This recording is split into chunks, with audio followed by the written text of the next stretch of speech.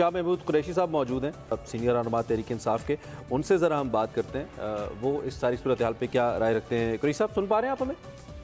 जी बहुत शुक्रिया सर, आपने हमें ज्वाइन किया। कल के वाक़े की हम इसके ऊपर हम डिस्कस कर रहे थे। अफसोसनाक मनाजिर थे, बतौर पाकिस्तानी या बतौर एक स्पेक्टेटर के तौर पे भी हम देखें तो कतई तौर पे अच्छे मनाजिर नहीं थे।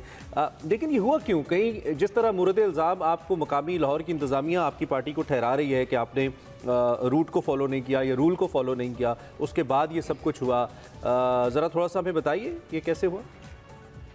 लाहौर की इंतजामिया गलत बयानी से काम ले रही है। उनके साथ एक शाम पहले सब तय हो गया, उन्होंने रास्ता बताया, हमने उसकी पाबंदी का फैसला किया। हमारा एक पुरअमन आगाज था अपनी कैंपेन का। आपके इल्म में है इलेक्शन शेड्यूल अनाउंस हो चुका था। उसके बाद एक पुरअमन रैली को मुंतशिर करना तशद्दुद के जरिए उसका कोई जवाज नहीं ठहरता। एक दूसरी तरफ जो रवैया अपनाया गया जो खवातीन के मार्च का, वो भी आपके सामने है। रुकावटें, बंदिशें और लाठीचार्ज। मैं हैरान हूँ जो दावेदार खवातीन के हकूक के कहाँ हैं अब? शेरी रहमान साहिबा, शाजिया मरी साहिबा, हिना रबानी घर, जो ह्यूमन राइट्स, खवातीन के राइट्स की बात करते हैं, आज खामोश क्यों हैं?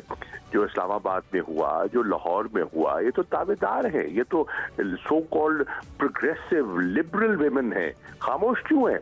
आसफा भुट्टो साहिबा खामोश क्यों हैं?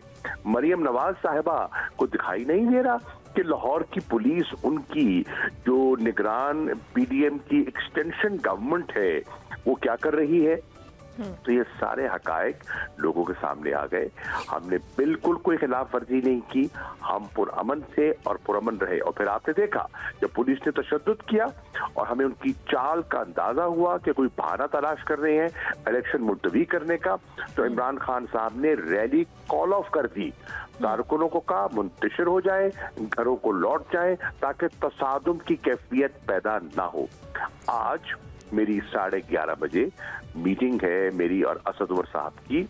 हम चीफ इलेक्शन कमिश्नर और इलेक्शन कमीशन के तमाम मेंबरान की खिदमत में हाजिर हो रहे हैं, मालूम करने के लिए कि उनकी हिकमत अमली क्या होगी। वो खैबर पख्तूनख्वा तशरीफ ले गए, गवर्नर से उनकी कंसल्टेशन मुकम्मल हुई। उसके बाद वो क्या प्लान कर रहे हैं, वजारत खजाना का रवैया क्या है, जो सिक्योरिटी की रिक्वायरमेंट्स हैं, जो वसाइल उनको दरकार है, उसमें उनसे गवर्नमेंट तावन कर रही है नहीं कर रही।